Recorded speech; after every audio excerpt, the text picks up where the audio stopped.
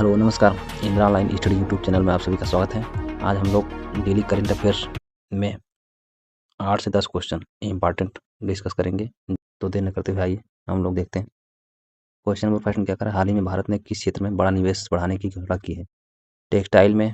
नहीं। एआई और digital infrastructure में हो सकता है। एग्रीकल्चर में? टूरिज्म में? ये नहीं होगा, ये भी नहीं होगा, ये होगा एआई और डिजिटल इंफ्रास्ट्रक्चर में। नेक्स्ट क्वेश्चन देखिए।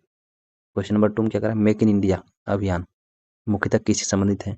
मेक इन इंडिया का पर्पज़ क्या है हमारा? घरेलू उत्पाद को बढ़ावा देना। जो स्वयं मेक इन इंडिया मतलब जो भारत में कोई चीज़ें बनाई जाए या उत्पादित की जाए, इसलिए इसका ऑप्शन क्या होगा हमारा? घरेलू उत्पादन को बढ़ावा देना। Next question. क्वेश्चन नंबर 3 क्या कह रहा है, हाल ही में चर्चा में रहा आईएमईसी कॉरिडोर किन क्षेत्रों को जोड़ता है? आईएमईसी कॉरिडोर जो है हमारा क्या है? India middle east European economic corridor है।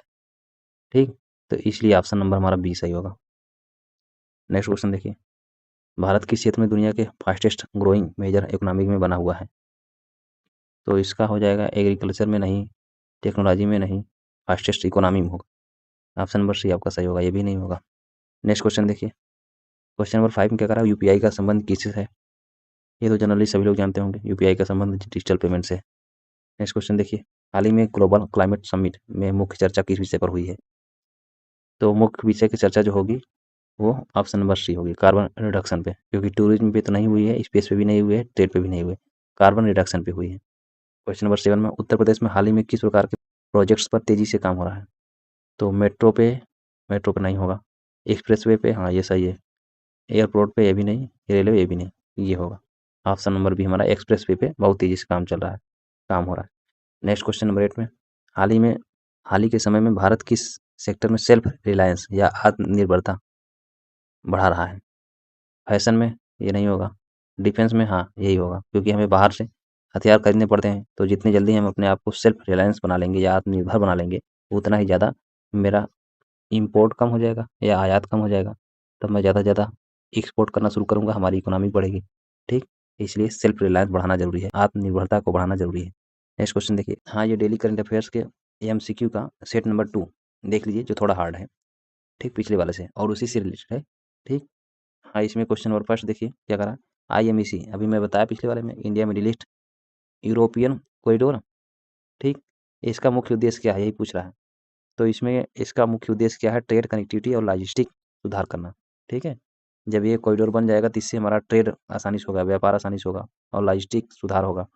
नेक्स्ट क्वेश्चन नंबर 2 में क्या करा है, भारत में डिजिटल पेमेंट्स की ग्रोथ का सबसे बड़ा कारण क्या माना जा रहा है?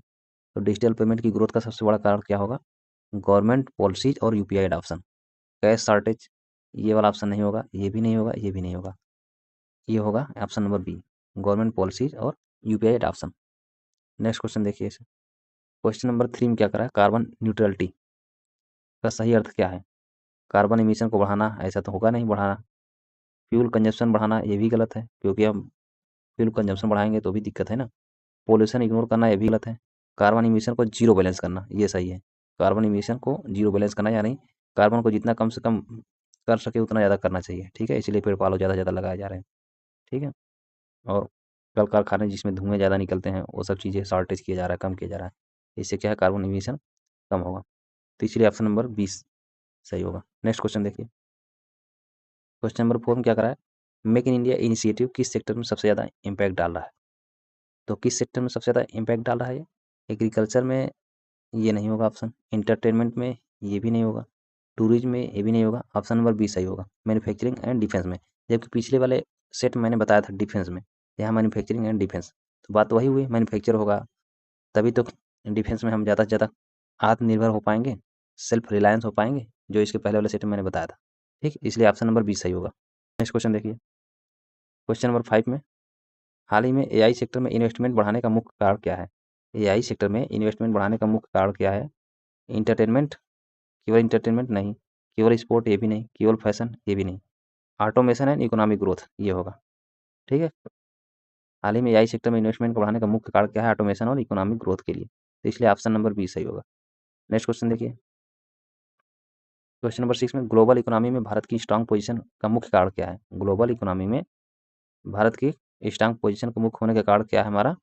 स्टेबल ग्रोथ रेट, ठीक है, कंटिन्यू हमारा ग्रोथ रेट बढ़ रहा है, यानी स्टेबिलिटी बनी हुई है। 6 से 7 यही है ना जीडीपी, जो बताते नहीं है कि इस साल का जीडीपी हमारा 6 से 7 वेरी करेगा, या इस साल का जो है 6 से 8 रहेगा। तो मतलब इसी 6 और 7 8 इसी में वेरी कर रहा है मेरा, तो यही स्टेबिलिटी हो गई। हाँ, ये सेट कंप्लीट हो गया। आई थिंक ये सेट आप लोगों को पसंद आया होगा, जिसमें हमने पहले वाले सेट में कुछ क्वेश्चन डिस्कस किया, ये दूसरे वाले सेट में भी कुछ हार्ड लेवल के क्वेश्चन डिस्कस किए जो पहले वाले से रिलेट करता हुआ था।